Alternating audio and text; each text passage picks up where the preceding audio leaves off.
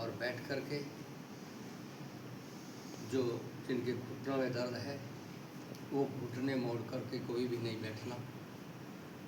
बाबू जी आप भी आ जाओ, पीछे आज बेशक नहीं आ जाओ बाद में, हाँ या यहाँ आ जाओ मेरे पास।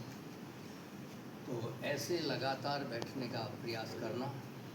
जिनके घुटनों में दर्द नहीं है, अगर वो पद्मासन में बैठते हैं तो उनको कभी घुटनों में दर्द नहीं होता, और अगर है तो उनका ठीक नहीं होगा। इसलिए आप अपने आप को अपने रोग के अनुसार आसनों में बैठाइए और बैठ कर के फिर धीरे धीरे ज्ञान मुद्रा में बैठकर लंबा सांस लेना, भस्त्रिका प्राणायाम को लगातार करने का प्रयास करना।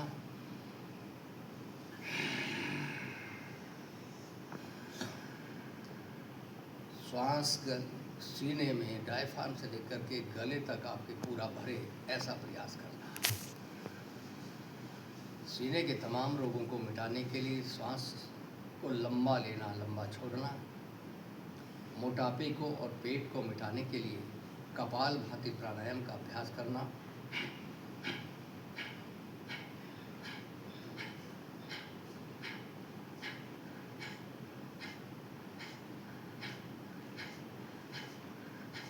आँख बंद करना।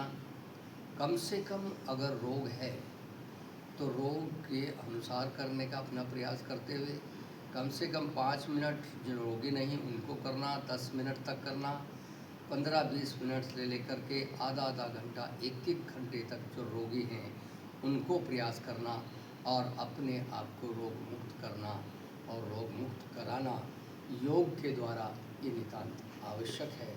हम अपने को रोज योग आसनों के साथ जोड़ने का प्रयास करें, अपने को रोग मुक्त बनाएं।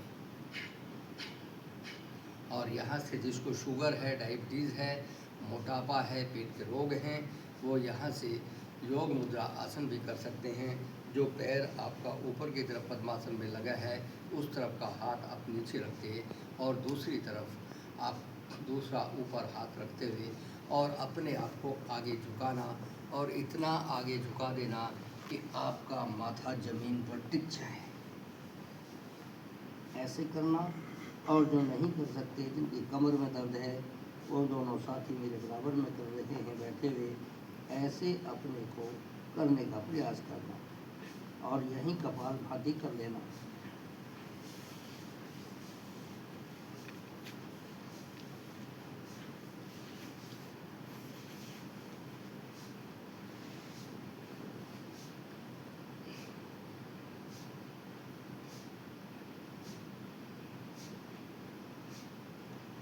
तो ऐसे लगातार करने का यत्न करना।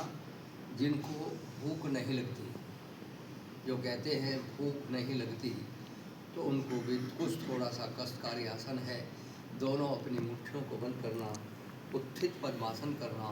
तो यहाँ दोनों मुट्ठियों को ज़मीन पर लगाना और अपने आप को ऊपर उठा देना और कुछ देर यहीं रोकना और यहीं रोक करके कपालभाति प्राणायाम का अभ्यास यहीं कर लेना।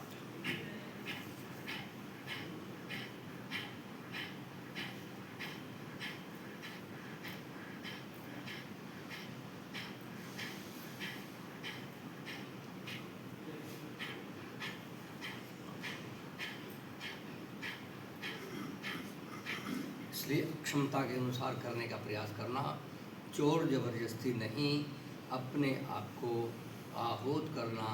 योग में अभ्यास करते करते आप कड़े आसनों का भी बहुत लंबा अभ्यास आप कर सकते हैं। बस बढ़िया।